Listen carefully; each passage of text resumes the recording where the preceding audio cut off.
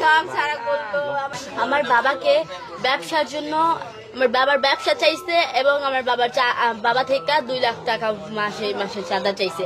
এই দুইটাই একটা আইনত সেই জন্য আমার বাবা রাজি হয় নাই। সেই জন্য আমার বাবাকে আমি ভিডিও দেখি নাই, আমি সহ্য করতে পারবো না। ভিডিও দেখাই নাই, আমরা সবাই জানে, ওপেনলি জানে সবাই যেটা হত্যা। শুক্রবারে সকালবেলা কিন্তু ভিডিও প্রকাশ হয়েছে। ভিডিও প্রকাশ হয়েছে প্রকাশ করার আগে আপনারা আগে থেকে জানতে পারছেন? হ্যাঁ, আমরা আগে থেকে জানতে পারছি। কি জানতে পারলেন? মানে কারা কারা করছে? আমি সবার নাম তো জানি না, কিছু মানুষের নাম জানি, যেরকম টিটু, মইন, ছোট মনি, লম্বা মনি, তারপর রনি, কামাল না কাউসার মোল্লা, কাইয়ুম মোল্লা। কায়সার হচ্ছে ফোন দিছে। হ্যাঁ, যখন আমার মামা বাসায়, ওই কাউসার ফোন দিয়ে আমার মামার বাসা থেকে বের করছে, বলছে যে তুমি তাড়াতাড়ি আসো, দোকানে আসি, তুমি তাড়াতাড়ি আসো। ওনারে অনেক রকমের মানে মেন্টাল ক্রিয়েট করছে। কোয়েশ্চেনগুলো ওকে না করে। আচ্ছা, ভিডিওটা পরে প্রকাশ হওয়ার কারণটা ছিল কি? পরে হচ্ছে গিয়া আমি প্রেস ক্লাবে গিয়েছিলাম, বরগুনা প্রেস ক্লাবে। আমার কাছে তার আগে অনেক ভিডিও ছিল, হিউজ পরিমাণে ভিডিও ছিল আমার কাছে। তো আমি এগুলো পেশ করার মতো এই মানে প্ল্যাটফর্ম পাচ্ছিলাম না, তো যার কারণে এটা একটু লেট হয়েছে। আর এই আমার কাছে যে আপনার পাথর নিক্ষেপের ভিডিওটা আসছে আপনার আগামীকাল 9টার দিকে, সকাল বেলা 9টার দিকে। তো ওইটাই আমি আমার একটা কলেজ, আমি বরিশাল ভার্সিটিতে পড়ি, তো ভার্সিটির আমাদের পেজ আছে, পেজে আমি এটা আপলোড করি। আপলোড করার পরে এটা অনেকটা মানে 1 ঘন্টা না 1.5 ঘন্টার মধ্যে এটা সবার কাছে ছড়াই যায়।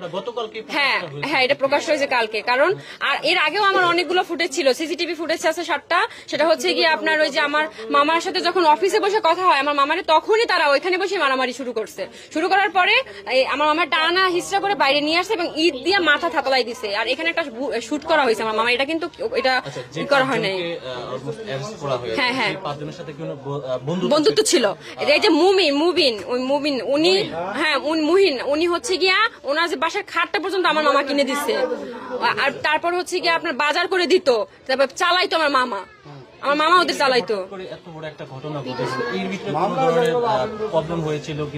প্রবলেম বলতে আমি বলছি 2020 থেকে 25 সালে এই 5টা বছর আমার মামা অনেকটা ডেভেলপ করে তার ব্যবসায় এবং অনেক ভালো ছিল আলহামদুলিল্লাহ। তার সন্তান ওয়াইফ নিয়ে অনেক ভালো ছিল, ভালোই দিন কাটতেছিল এবং সে একটা লাক্সারি লাইফ বিলং করতেছিল। তো ওইটা তার বন্ধুদের এটা সহ্য হচ্ছিল না যে ও এত ভালো, তাহলে আমরা এরকমের কেন, তাহলে তার মানে আমাদের কিছু একটা করতে হবে। কারণ মানুষ তো লোভে পড়ে সবকিছু করে, এই জন্য ওরা লোভে পড়ে আমার মামার এই কাজটা করছে। আমার মামারে বলছে যে হয় তুমি তোমার এই যে সোহানা মেটালটা আমাদের দিয়ে দাও, আর যদি তুমি সেটা না করো তাহলে প্রত্যেক মাসে আমাদের 2 লক্ষ টাকা করে তোমাকে দিতে হবে। এখন আমার মামা বলছে যে আমি কষ্ট করে এগুলো সবকিছু আমার নিজের পরিশ্রম দিয়ে এগুলো করছি আমার বাচ্চাদের ভবিষ্যৎ গড়ার জন্য, আমি তোমাদের কেন শুধু 2 লক্ষ টাকা চাঁদা দিতে যাবো।